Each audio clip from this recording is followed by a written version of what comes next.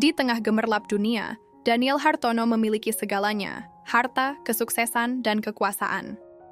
Namun jauh di dalam hatinya, ada kehampaan yang tak bisa diisi oleh apapun. Satu peristiwa tak terduga akan mengguncang hidupnya, membawanya pada perjalanan yang mengubah segalanya. Sebuah perjalanan menemukan kembali cahaya yang telah lama hilang. Di sebuah kota kecil bernama Harmonyville, hiduplah seorang pria bernama Daniel Hartono. Ia adalah seorang pengusaha sukses, memiliki keluarga yang bahagia, rumah mewah, dan kehidupan yang tampak sempurna di mata banyak orang. Namun di balik semua itu, ada kehampaan yang selalu menghantuinya. Ia sering terjaga di malam hari, bertanya dalam hati, apakah semua ini benar-benar membuatku bahagia? Daniel pernah menjadi seorang yang taat beribadah, tetapi kesibukan dunia telah menjauhkannya dari Tuhan. Gereja yang dulu menjadi tempatnya bertumbuh kini hanya tinggal kenangan. Istrinya, Sarah, adalah seorang wanita yang penuh kasih dan tetap setia dalam doa, berharap suaminya menemukan kembali jalan imannya. Suatu malam, saat sedang mengemudi pulang dari pertemuan bisnis, hujan deras turun. Daniel melaju dengan cepat, tidak memperhatikan tanda peringatan di jalan. Tiba-tiba, sebuah truk besar muncul dari tikungan. Segala sesuatu terjadi begitu cepat. Dalam sekejap, mobilnya terguling beberapa kali sebelum akhirnya terhenti. Dalam keadaan setengah sadar, Daniel melihat sosok seorang pria tua berdiri di tengah hujan, memandangnya dengan penuh kasih. "Kamu masih punya kesempatan, Daniel." Suara pria itu bergema di kepalanya sebelum semuanya menjadi gelap.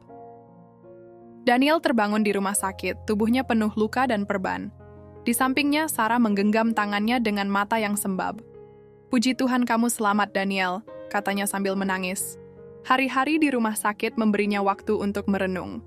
Ia mulai mengingat kembali saat-saat ketika hidupnya masih dipenuhi oleh iman. Ia teringat bagaimana dulu ia selalu berdoa sebelum mengambil keputusan. Bagaimana ia dahulu selalu menempatkan Tuhan sebagai yang utama.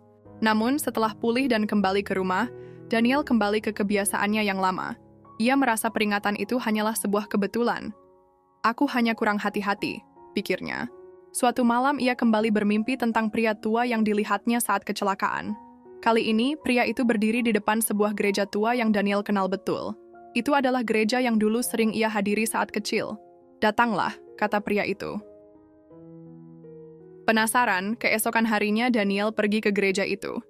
Bangunannya tua dan hampir runtuh, tetapi ada seorang pendeta tua bernama Pak Samuel yang tetap setia melayani. "Dulu gereja ini penuh dengan orang-orang, Daniel," kata Pak Samuel. "Tapi sekarang banyak yang lupa akan Tuhan, mereka mengejar dunia dan meninggalkan iman mereka." Kata-kata itu menusuk hati Daniel.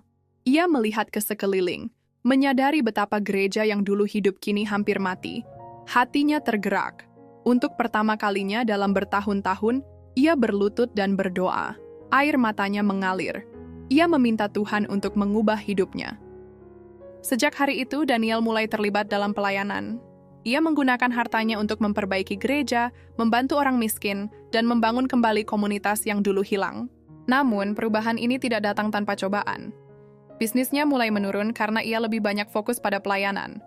Banyak orang menertawakannya, bahkan teman-teman bisnisnya menjauhinya. Suatu hari, seorang rekan bisnis lama datang kepadanya. "Daniel, apa yang kau lakukan? Kau tinggalkan semua yang sudah kau bangun untuk sesuatu yang tak menguntungkan."